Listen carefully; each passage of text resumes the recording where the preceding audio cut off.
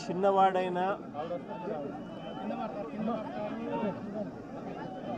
రాష్ట్రంలో చాలామందికి పెద్దలకు కూడా స్ఫూర్తిదాయకంగా ఒక పెద్ద వ్యక్తిగా ఎదిగాడు తన చావుతో. భారతదేశం కోసం తాను పోరాడుతూ తన చావు వల్ల అనేక మంది మిగిలిన అన్నదమ్ములు అక్కచెల్లెమ్మలకు రక్షణిస్తూ తన ప్రాణాలు కోల్పోయాడు. అలాంటి మురళిని తేడమైతే వెనక్కి తాలేము, కానీ మురళి చేసిన త్యాగానికైతే మాత్రం ఆంధ్ర రాష్ట్రంలో ఉన్న ప్రతి ఒక్కరం కూడా మురళికి ఇప్పటికీ కూడా రుణపడే ఉంటాం. రాష్ట్ర ప్రభుత్వం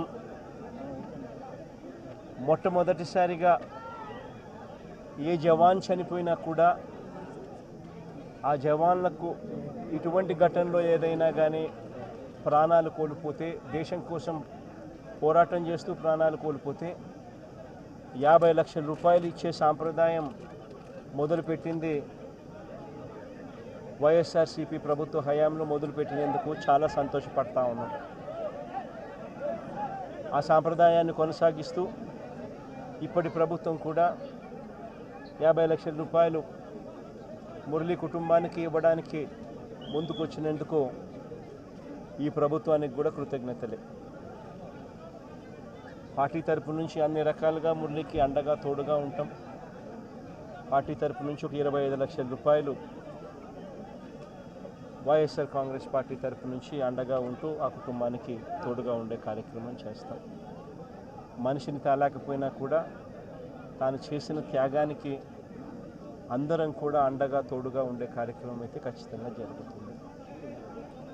ఇలా కుటుంబానికి మంచి జరగాలని,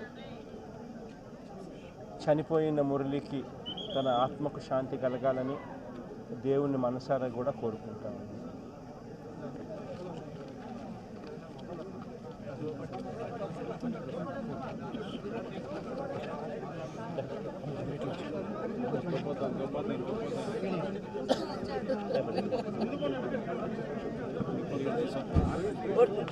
కోటి కోటి ధన్యవాదాలు సార్.